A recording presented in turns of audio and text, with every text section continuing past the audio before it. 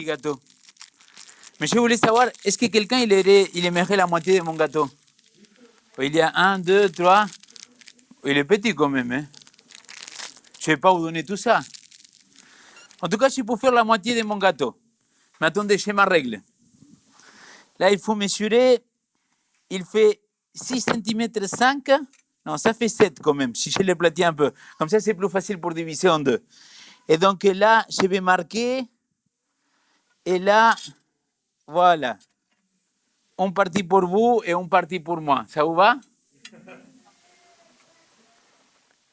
Quand on était enfant, souvent, à la maison, la discussion, elle était celle-là.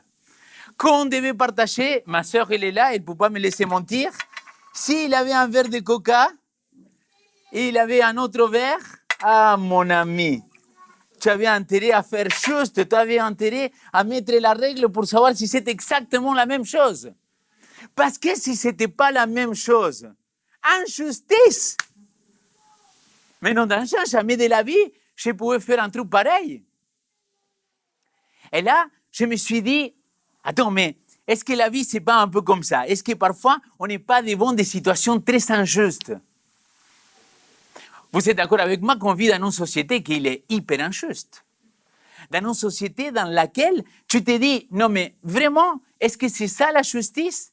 Et donc du coup, on va chercher l'égalité un peu partout. L'égalité hommes et femmes, je pense que c'est celle qu'on l'entend le plus souvent en ces moments. On va parler de l'égalité dans le travail, on va parler de l'égalité dans les milieux sociaux, l'égalité dans les pays, les droits de l'homme, et on va parler sans arrêt de tout ça. Mais la vérité, c'est que finalement, quand je regarde au fond de la société, je me dis, quand même, il y a un problème là, non? Parce que tout ça va dépendre où vous êtes né. Et je pense qu'ici, la plus grande partie parmi vous, vous êtes nés en Europe, n'est-ce pas? Est-ce que je peux voir les gens qui ne sont pas nés en Europe, à part moi? Ah non, on est quelques-uns, quoi. Alors, désolé, mais de l'autre côté des lacs, et je ne parle pas de ces petits lacs, je parle de l'océan, je vois des situations tellement injustes dans la vie. Quand tu parles en Afrique et tu vois qu'il y a des gamins qui meurent et que tu entends quelqu'un à la télé dire « Mais tu n'avais pas qu'à venir ici, tu pouvais rester dans ton pays ». Attends, tu parles d'un gamin de 2-3 ans, tu penses qu'un gamin de 2-3 ans, il avait choisi de monter dans un bateau et se noyer dans la Méditerranée? Mais non d'un chien, quel monde injuste! Tu ne peux pas me dire que c'est ça, l'égalité. Et si je vous demande, d'ailleurs, quel est le système politique le plus logique pour vous, ou le meilleur système politique, le meilleur système de gouvernement, la plus grande partie parmi vous, vous allez me dire que c'est la démocratie. Parce que vous allez me dire, mais attends, dans la démocratie, c'est nous qu'on peut choisir. Oui ou non? La démocratie, c'est le moyen par excellence. Et avec Ben et Sam, on est en train de préparer un travail à la fois dans lequel on va parler de démocratie, théocratie et monarchie et différents aspects. Et une des choses qu'on disait, toutes nos générations à nous, ils sont nés dans une société dans laquelle on est dans la démocratie. Mais il a dit le poète et sociologue Orelsan, vous connaissez? Alors le rappeur, il a dit comme ça, écoutez ce qu'il a dit. Il a dit, si le président remporte la moitié des voix, c'est que les 2/3 de la France ne le voulaient pas. Est-ce que vous avez compris ce que ça veut dire cela? Ça veut dire qu'il y a un parti qui vote et de cette partie-là, il n'y a qu'une moitié. Donc ça veut dire que 2/3, ils n'étaient pas d'accord avec ces inégalités. Mais nous, on est centrés dans l'égalité et on va parler de l'égalité et on va parler de l'égalité. Mais est-ce que la Bible, il nous parle de l'égalité? Et c'est là où je suis un peu contrarié parce que j'ai cherché dans la Bible et je ne trouve pas dans la Bible un Dieu égalitaire. Vous le savez ça? On ne parle pas de Dieu égalitaire. Vous pouvez chercher partout dans la Bible, vous n'allez pas trouver que c'est une des caractéristiques de Dieu. Et Dieu, il est un Dieu égalitaire? Non. Par contre, vous allez trouver, il est un Dieu juste. Et permettez-moi de l'illustrer avec cette petite image qui est tellement connue. Vous la connaissez, celle-là? Oh, dans les écrans, vous pouvez regarder. Donc, on voit d'un côté l'égalité.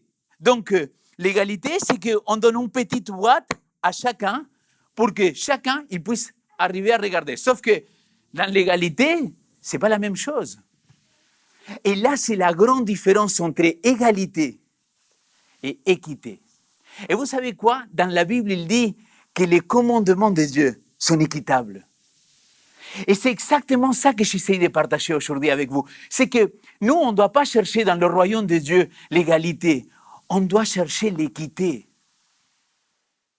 Les samedis soirs, souvent quand j'arrive à la maison, quand on part de la maison, si Naomi elle était là, je lui poserai la question. Quand je prends la voiture pour rentrer à la maison, elle me dit, papa, je voulais te demander un truc, mais peut-être je ne te le demande pas. Et je dis, ah bon, c'est quoi? Elle me dit, est-ce qu'on pourrait acheter une pizza? Et j'ai dit, oui, volontiers, Naomi, on va appeler les mamans, on va les demander. Et donc, on achète une ou deux margaritas. À l'époque, on achetait une seule margarita, les grandes. Et donc, quand je prenais une part, elle prenait une part et Karen une part, et moi, je prenais une part. Il me disait, mais papa, tu as pris déjà 2 parts. Et donc, ma réponse était, mais moi, je suis plus grand et plus gros que toi. Mais, blague à part, c'est ça l'équité. C'est donner à chacun ce qu'il a besoin. Mais pour pouvoir faire ça, tu dois dépendre que l'autorité soit juste. C'est là la grande différence pour moi. C'est à partir du moment que moi, je vote quelqu'un, et je connais des gens qui étaient honnêtes, qui avaient des idéaux extraordinaires, mais je ne sais pas pourquoi, quand ils sont arrivés au pouvoir, ils se sont corrompus. Parce que c'est l'être humain. Alors, si je devrais résumer, qu'est-ce que c'est le royaume? Parce qu'on a parlé de pourquoi chercher d'abord le royaume des cieux. Ensuite, on a parlé de à quoi sert que je sache qui je suis dans ce royaume. Et aujourd'hui, j'aimerais dire, oui, mais c'est quoi ce royaume? Le royaume de Dieu pour moi, qu'aujourd'hui, il n'existe pas, c'est exactement ça. Ça, c'était une photo qu'on a shootée. Ça veut dire, pourquoi il doit y avoir une barrière? Pourquoi il y a des gens qui devraient être de l'autre côté et moi, je ne peux pas avoir accès? L'idée, c'est que la barrière, tout ce qui m'empêche de me sentir égal aux autres, d'avoir cette équité, il puisse disparaître. Et c'est exactement ça le royaume des cieux. Le royaume des cieux, c'est ça. Le premier sermon sur la montagne, Jésus-Christ, il a pris la parole. Il va dire ceci.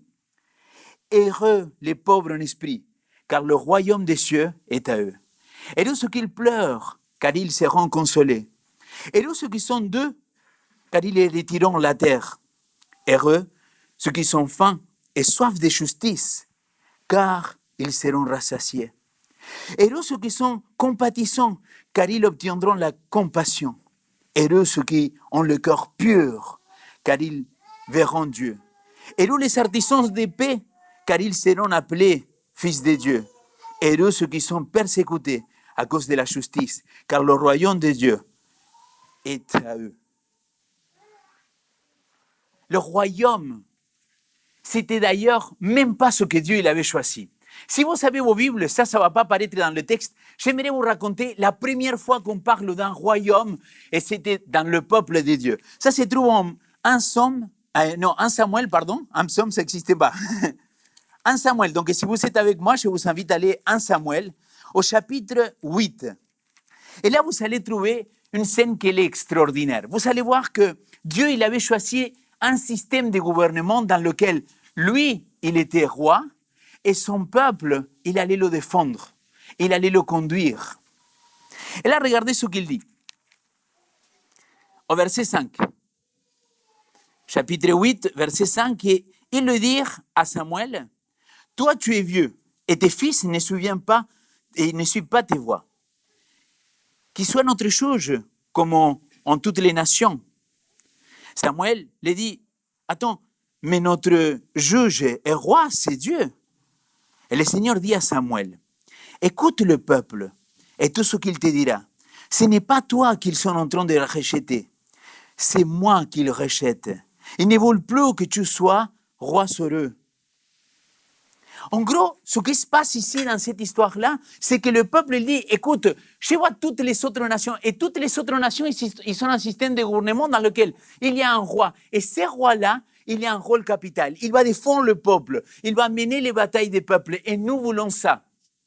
Vous vous rappelez la semaine dernière et la semaine d'avant-dernière? J'ai parlé déjà. C'est comme moi, je me centre à regarder l'autre, je regarde tout ce qui se passe sur Internet, et moi, je vais vous faire de même. Pourquoi? Pour avoir quelques followers? Pour avoir quelques cœurs? C'est pas ça.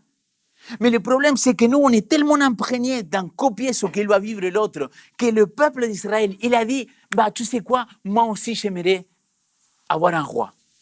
Et Dieu lui dit, écoute, si le peuple il veut un roi, je vais lui donner un roi. Mais la question ici, c'est que Samuel, il va aller parler à son peuple. Le prophète, il va venir lui dire, écoutez, je vous en supplie, s'il vous plaît, nous avons le meilleur roi, on a le roi des rois, il est juste, il est équitable, il n'y a personne qui peut mener les combats comme lui pour nous. Et vous savez ce que le peuple, il va lui dire? On t'a écouté, mais tant pis, nous voulons un roi. Il va lui dire ça au verset 19. Le peuple refusa d'écouter Samuel. Tant pis, dirent-ils, et nous voulons un roi sur nous. Et nous serons comme toutes les nations. Écoutez là ce qu'il va dire. Notre roi sera notre juge. Il conduira nos armées et mènera nos guerres. Il sera notre juge et il mènera nos guerres, nos combats. Et là, tu vois, c'est là où je me dis, ok, réfléchissons 2 minutes. On avait parlé que nous sommes corps, âme, esprit. Et ces 3 dimensions-là, ils sont en face avec Dieu, ils sont connectés avec Dieu. À partir du moment que moi, je ne suis plus connecté à Dieu, bah, je vais me défacer. Je ne vais plus être connecté, je vais être déconnecté de lui et avec moi-même. Et le problème, c'est que les décisions que je vais prendre, elles ne vont pas être inspirées, elles ne vont pas être guidées. Et quelque part, si moi, en tant qu'être humain, ça m'arrive, c'est lui qui doit me gouverner, qu'il sera un roi, parce que c'est quelqu'un comme moi. Est-ce que tu ne penses pas qu'il va lui arriver exactement la même chose qu'à moi? Et d'ailleurs, c'est ce qu'il va arriver. Toute l'histoire des rois, il y a un roi gentil, un roi méchant, un roi qui revienne à Dieu, un roi qui part de Dieu. Mais le royaume de Dieu, il va au-delà. Parce que quand tu établis le royaume de Dieu, quand tu proclames que Dieu, il est ton roi, que tu le laisses gouverner dans ta vie, là, mon ami, il amène la justice. Là, mon ami, il amène la paix. Et là, il amène la joie. Ah bon, Léo, d'où tu sors ça? Romains chapitre 14, verset 17. En effet, le règne de Dieu, ce n'est pas le manger et le boire, mais la justice, la paix, la joie par le Saint-Esprit. Vous voulez savoir, les amis, pourquoi il y a autant de problèmes dans notre société? Parce que chacun, il veut gouverner son batteur comme il le semble. Alors, tu vois, il y a un couple. Là, je suis là, là, il y a ma femme. Et donc, tous les deux, on doit prendre une décision pour converger vers quelque chose. On doit s'accorder, on doit se mettre d'accord pour aller prendre une décision. Et donc, moi, je commence à parler avec mon épouse. Et si moi, je pense que c'est moi que je suis roi, et ma femme, elle est reine, pardon. Et tous les deux, chacun, il vous prend sa décision. Vous savez ce qui va se passer? Dans un moment, je vais aller par là. Elle va vouloir aller par là. Et on va commencer à tirer. On va commencer à tirer. Et elle va me tirer par là. Et moi, je vais tirer par là. Et finalement, on n'est pas ensemble. On n'est pas en train de faire le même effort. Parce que nous n'avons pas une vision commune. Parce que nous n'avons pas un roi. On n'a pas une façon dans laquelle nous voulons vivre. Et c'est exactement le problème avec le peuple de Dieu. C'est que si nous voulons chercher le royaume de Dieu, c'est ça, c'est la justice, la joie et la paix. Mais là, le texte, il dit quelque chose. Tout ça, il vient par qui? Oui, dites-le fort, c'était bien. Je ne sais pas qui a dit. Le Saint-Esprit. Alors, là, j'amène une dimension. Si toi, tu veux établir le royaume de Dieu, si toi, tu veux vivre ce royaume de Dieu, mais tu veux le faire sans le Saint-Esprit, tu sais ce qui va se passer, mon ami? Tu ne vas pas arriver. Tu ne vas pas pouvoir accomplir cela.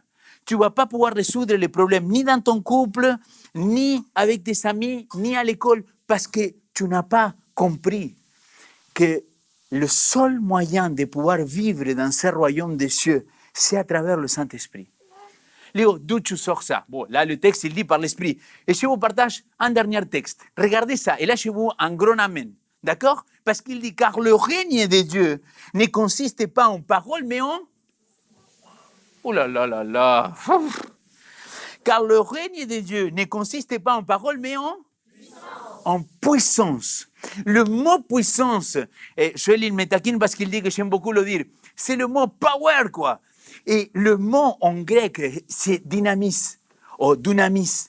Et c'est quoi ces mots-là? C'est le même mot qu'il a donné origine à la dynamite. C'est le même mot pour dire que c'est un power comme il n'y a pas un autre. Alors quand je commence à comprendre la notion de que je suis citoyen de ce royaume de Dieu, je lui donne la place à Dieu comme mon roi, je commence à prendre autorité sur le terrain, parce que si lui il est roi, ça veut dire que ces maisons-là, que le lieu dans lequel je vis, c'est lui qui a l'autorité. Vous vous rappelez que Jésus-Christ, il va dire, ce que vous allez délier sur terre et dans le ciel, il sera délié. Il a dit qu'il avait l'autorité. Cette puissance-là, il va parler à ses disciples. Je ne sais pas si vous vous rappelez, mais il va les dire, Actes chapitre 1, verset 8, il va les dire, et vous recevrez un power spirituel. Pour faire quoi? Pour aller témoigner, pour aller convertir les nations, mais aussi pour faire des miracles, aussi pour chasser les démons, aussi pour guérir les malades. Et dans notre église, on est resté dans une notion de dire, écoute, on vient le samedi, on s'assoit dans l'église, on se pose tranquillement, on va chanter. Ah là, c'était un peu faux comme il a chanté, vraiment, c'était pas très joli. Ah là, le diacre, il m'a regardé une tête parce que j'ai amené une chemise et je n'ai pas mis de cravate. Et donc, on va commencer à rester sur des affaires que j'ai dit, mais ça, c'est des paroles. Le royaume de Dieu, c'est la power, quoi. Moi, je veux une église, je rêve d'une église dans laquelle, quand il y a quelqu'un qui est malade, quand il y a quelqu'un qui souffre, au nom de Jésus-Christ, parce que lui, il est roi, parce qu'il a l'autorité, qu'il soit guéri. Si c'est sa volonté, ce n'est pas ce qu'il dit la Bible. Jésus-Christ, il a dit, et vous ferez des choses beaucoup plus grandes que moi. Ça, j'ai commencé à le comprendre il y a quelques années en arrière. J'étais déjà pasteur, mais je n'avais pas compris. Je n'avais pas compris qu'il y a un power qu'il faut chercher dans la parole. Jésus-Christ, dans un moment, il va être remis en question. Il va lui dire, mais toi, tu chasses les démons par qui? Tu les chasses par Belzébou, par qui?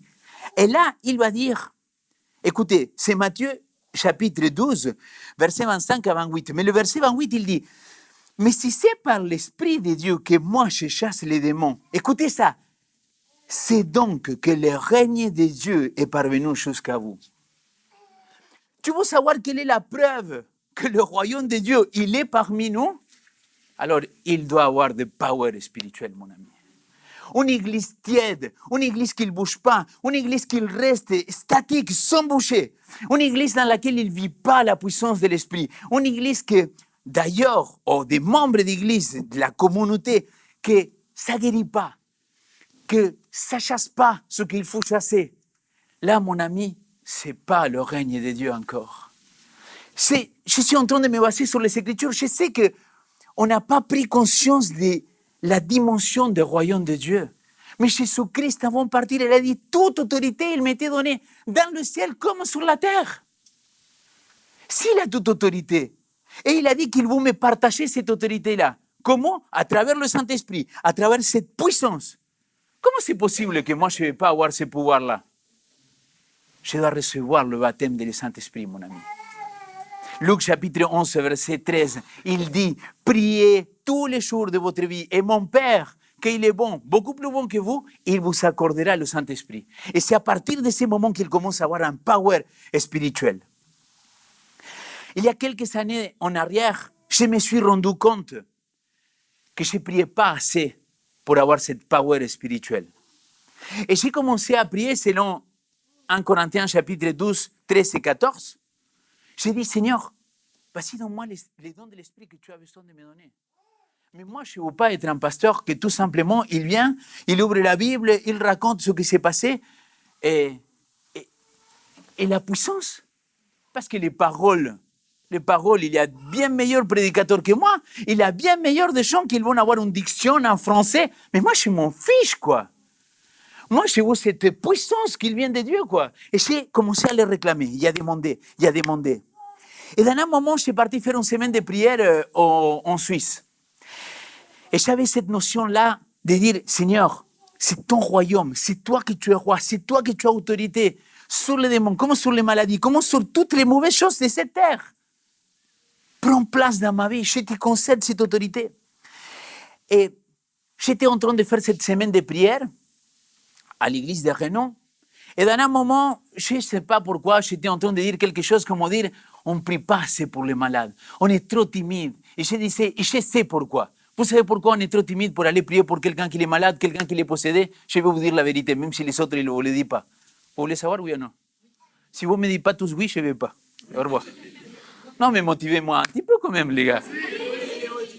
C'est parce qu'on est des trouillards. On est carrément des peureux, des trouillards, parce que tu sais qu'est-ce qui va se passer. Et là, il faudrait que vraiment l'Esprit Saint, il vous fasse les connexions entre la prédication, la deuxième prédication et la première connexion. C'est parce que j'ai peur de qui je suis. Et si je viens, j'impose les mains à quelqu'un, j'ai pris pour quelqu'un, et ils vont me dire, Léo, pourquoi ça ne s'est pas bien passé? Pourquoi tu n'avais pas de puissance ou quoi? Moi non, et quoi? Ça, c'est l'affaire de Dieu. Lui, il m'a demandé d'aller prier avec la foi. Après, c'est son affaire à lui, c'est pas le mien. Et j'ai dit ça. Quelques mois plus tard, il y a quelqu'un qui me contacte. Une dame que je connaissais, sa famille. Il me dit, écoute, j'aimerais beaucoup que tu viennes prier pour moi. Et j'ai dit, ah bon, comment ça se passe? Pourquoi? Et il me dit, écoute, je suis dans le lit. Ça s'est passé en janvier 2022, en février 2022. Et il me dit, je suis dans le lit depuis 2015. J'ai rentré à l'hôpital parce que je ne me sentais pas bien et j'ai tombé dans une grosse dépression. Je n'arrivais même pas à avoir la force de me lever. J'étais carrément cassé. Spirituellement, je n'allais pas bien du tout. Physiquement non plus et psychiquement non plus. Et il me dit, j'ai écouté ta semaine de prière, j'ai entendu. Et je me suis demandé pourquoi je ne demande pas à Léo de venir prier pour moi. Et moi, j'ai dit, écoute, on va prier ensemble, oui, on va organiser ça, mais c'est pas que je viens, je vais m'asseoir et que je vais tout simplement dire, bah oui, j'ai prié pour toi et c'est fini. Non, c'est pas comme ça, mon ami. Là, il faut établir le royaume de Dieu. Là, il faut qu'on s'accorde. Là, il va falloir qu'on partage ensemble. Là, il va falloir qu'on se mette d'accord pour dire, voilà ce que cette dame-là, elle te réclame, Seigneur Jésus-Christ. Est-ce que vous vous rappelez de cet homme qui était paralysé, et la Bible dit depuis 40 ans? Et Jésus-Christ, il arrive et il dit, qu'est-ce que tu veux que je te fasse? Non mais Jésus, t'es tombé ou quoi? C'est clair, non, ce qu'il veut? C'est qu'il soit guéri.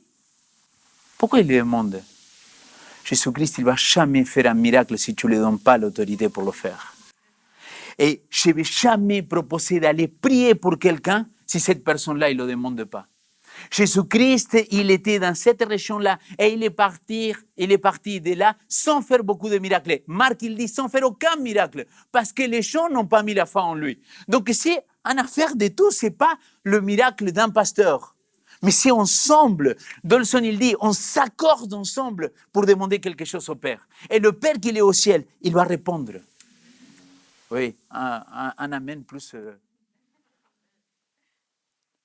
Et je suis parti chez cette dame-là et je lui ai dit, écoute, qui tu veux inviter? Elle a invité sa sœur, qui est évangélique, il a invité quelqu'un d'autre, il avait ses enfants, il avait son mari. Et là, on a fait un culte d'adoration, comme ce qu'on fait à Vivo. On a passé un moment d'adoration pour qui il est. On a passé un moment de remerciement, de repentance, de remerciement, et après on est rentré à la demande. Avec foi, avec conviction. Les amis,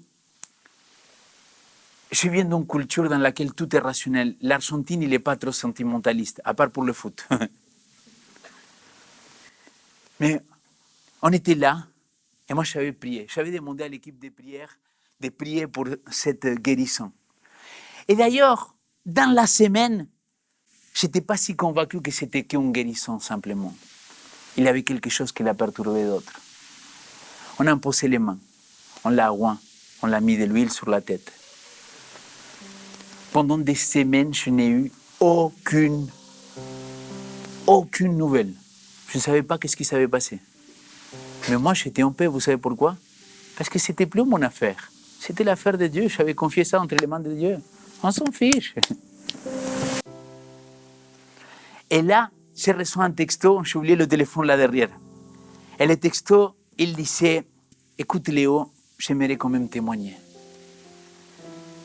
Pendant plusieurs années, je n'ai pas réussi à me lever du lit sans avoir une souffrance. La nuit que vous êtes parti, j'ai parti me coucher, j'ai dormi comme un bébé. Et le lendemain, je ne sentais plus rien. Et vous savez ce qu'il m'a dit, cette dame-là? Elle m'a dit, Tu sais, Léo, je ne voulais pas te raconter parce que je ne savais pas si c'était à cause de ma maladie ou quoi, qu'il avait des hauts et des bas. Il me dit, c'est pour ça que je ne t'ai pas dit avant. Et ensuite, elle m'a dit, et elle a témoigné, vous pouvez le retrouver sur YouTube, son témoignage. Le Seigneur m'a guéri, quoi. Tu veux savoir c'est quoi le royaume de Dieu? C'est lui donner la place, lui donner l'autorité dans ta vie pour qu'il gouverne. Et ça, l'ami, tu peux me dire ce que tu veux, mais il n'y a pas tout le monde qui est prêt à le faire. Parce que quand tu le laisses gouverner dans ta vie, je suis convaincu que les miracles arriveront. Je suis convaincu qu'on pourra raconter plus de choses de ce que le Seigneur il veut faire dans notre vie. Pourquoi on va voir un Dieu qu'il veut qu'on souffle ici sur terre? Il nous a promis qu'il vient nous chercher, mais s'il vient nous chercher, il veut que pendant qu'on soit là, on prend cette power spirituelle. Car le royaume des cieux, ce n'est pas les paroles, mais c'est la puissance, c'est le power. Mes amis, j'aimerais tout simplement faire une prière ce soir. Et là, vous êtes libre d'accepter ou pas. Mais j'aimerais vraiment qu'on puisse prier le Seigneur pour le demander qu'il puisse agir en nous. Qu'on puisse lui donner cette autorité et lui dire, oui Seigneur, toi tu es mon roi, toi tu dois commander. Pourquoi? Parce que je sais que si c'est toi que tu mènes mes batailles, je vais être plus que vainqueur. Et c'est ça la grande différence. C'est que quand tu comprends qui est ton roi, que c'est lui qui mène les batailles, comme les meilleurs films de Hollywood. Là, tu te dis, ah là, Seigneur, vas-y, on y va ensemble. Je suis derrière toi, je te soutiens. En réalité, c'est celui qui est derrière moi. Et là, je suis prêt à faire tout face à la maladie, face aux angoisses, soit aux problèmes de la société, face au divorce, face à la famille et qu'ils sont détruits. Ensemble, nous allons gagner. Pourquoi? Parce que c'est lui notre roi. C'est lui qui va mener le combat. Mais pour cela, il faut qu'on lui donne cette autorité. Alors moi, j'aimerais prier pour vous. J'aimerais qu'on puisse prier ensemble et qu'au nom de Jésus-Christ, on puisse vraiment chercher ces miracles que nous cherchons. Parce que c'est la puissance, le royaume des cieux. Donc, s'il y a quelqu'un qui souhaite qu'on prie, je l'invite tout simplement à qu'on puisse se mettre debout et qu'on puisse prier notre Seigneur. Père éternel, je suis convaincu que toi, tu veux régner sur nous. Mais toi, tu n'es pas un roi comme les rois des nations. Toi, tu es un roi juste, équitable, Seigneur. Seigneur, quand nous te faisons confiance, quand nous nous mettons à vivre avec toi, Seigneur, je suis convaincu que nous pourrons être plus que vainqueurs. Seigneur, il y a des gens ici qui ils souffrent, que peut-être ils sont attachés à des choses que nous ne comprenons pas. Je te demande au nom de ton Fils Jésus-Christ que tu puisses les délivrer. Jésus-Christ, il a dit, l'Esprit de Dieu, il me oint pour délivrer les opprimés, pour proclamer cette délivrance, pour guérir les malades et pour chasser les démons, Seigneur. Seigneur, nous voulons être une église victorieuse. Je veux avoir des personnes, des frères et des sœurs qu'ils racontent comment toi tu l'accordes la victoire. Au nom de ton Fils Jésus-Christ, Seigneur. Parce que cette power spirituelle, il peut venir que de toi, Seigneur. Que ton Saint-Esprit puisse baptiser ton église. Que ton Saint-Esprit, il puisse nous baptiser, chacun de nous, Seigneur, pour pouvoir vivre cette power spirituelle. Seigneur, aide-nous à pouvoir commencer à vivre ce royaume dès maintenant, ici sur terre, Seigneur. Que ton Saint-Esprit nous guide vers cette victoire. C'est ma prière au nom de ton Fils Jésus-Christ. Amen.